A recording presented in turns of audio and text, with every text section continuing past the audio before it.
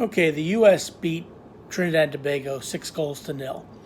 Now, that really wasn't the surprising part about the game in terms of the United States defeating Trinidad and Tobago. Everybody going into this game knew that the United States was going to win the game. Now, I actually expected it to be like a 3-0, maybe 4-0 game. I wasn't expecting 6 goals again. And the fact that Jesus Ferreira scored 3 goals in the first half, followed by Cade Cowell, Gianluca Busio, and Brendan Vasquez, making it 6 goals to nil. Really a dominant U.S. performance all around. Looking at it from I think there was a shot by Shannon Gomez, by Trinidad and Tobago in the second half, which hit the post, which was a very nice shot, but still, I think Matt Turner had to make a save in the 80th minute mark. I forget who it was who was the one who shot it, but still, really a dominant. I mean, the United States had 67% possession, 23 shots, 8 on goal, to 9 shots by Trinidad and Tobago, 3 on goal. Really just an absolute dominant performance by the U.S. But you expected that, and the only real question in this game really was who was going to score. Who was going to finish first place in the group. We knew Jamaica was going to beat St. Kitts, but how bad were they going to beat St. Kitts? Were they going to score more goals than the U.S. would against Trinidad and Tobago, and possibly set up a U.S.-Mexico semifinal showdown in the in the Gold Cup versus but as it turns out, the United States ends up scoring 6 goals. Jamaica scores 5. The U.S. wins the group, plus 12 goals, plus 8 goals. Long story short, the United States wins the group and will most likely play the winner of Jamaica versus Mexico in the semifinal. Jamaica is going to be a tough opponent for Mexico.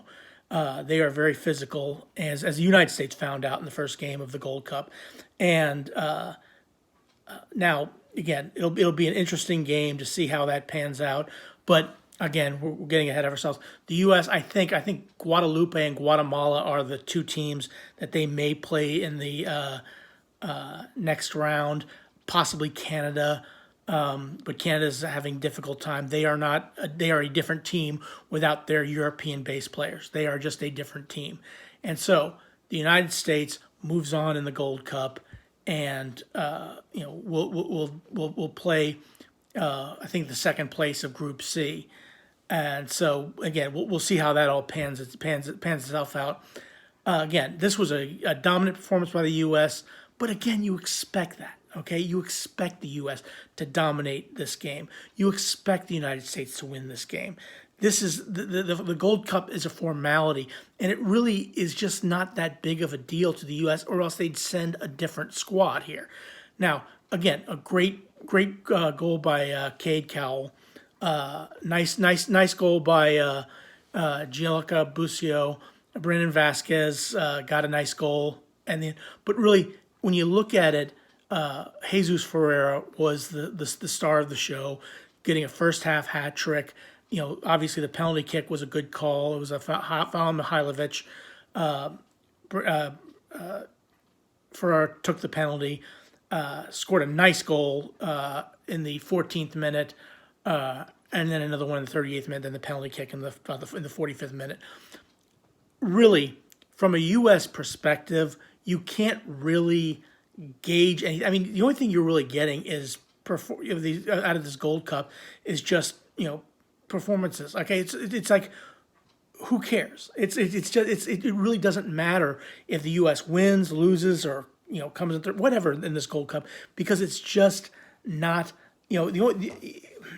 it's not the team we're going to see play in the World Cup in 3 years' time. Okay, that's just it.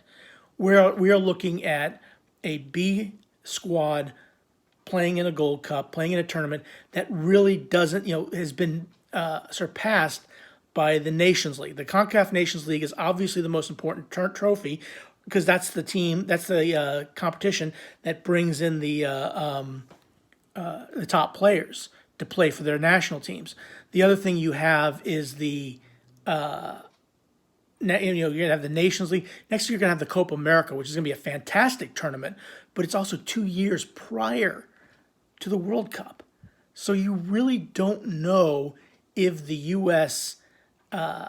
Is going to be prepared for, again, you're going to have the Nations League, the CONCACAF Nations League, you're going to have that every year, except for the World Cup. I mean, I guess you're not going to have the World Cup, but I guess that's the only, and against CONCACAF competition, you're not playing against the Germanys, the Englands, the Spains, the Argentines, the Brazilians. You'll play against those next year, but that's really it.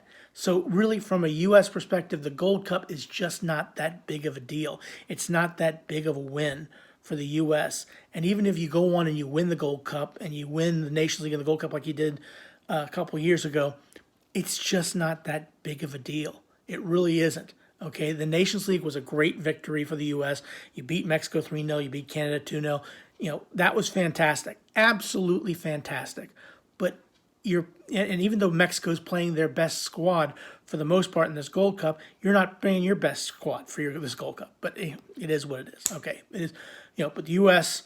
6-0 victory, good win, but not a great, not a great tournament. I'm a great ESPN's Craig Burley on this. I don't know. I'll keep doing these videos, but I'm not sure if I really care that too much about the Gold Cup. Whether we win or lose or Mexico wins or whatever. But we'll see what happens going on. But please click like, share, and subscribe for this video and have a good rest of your day. Thanks for watching.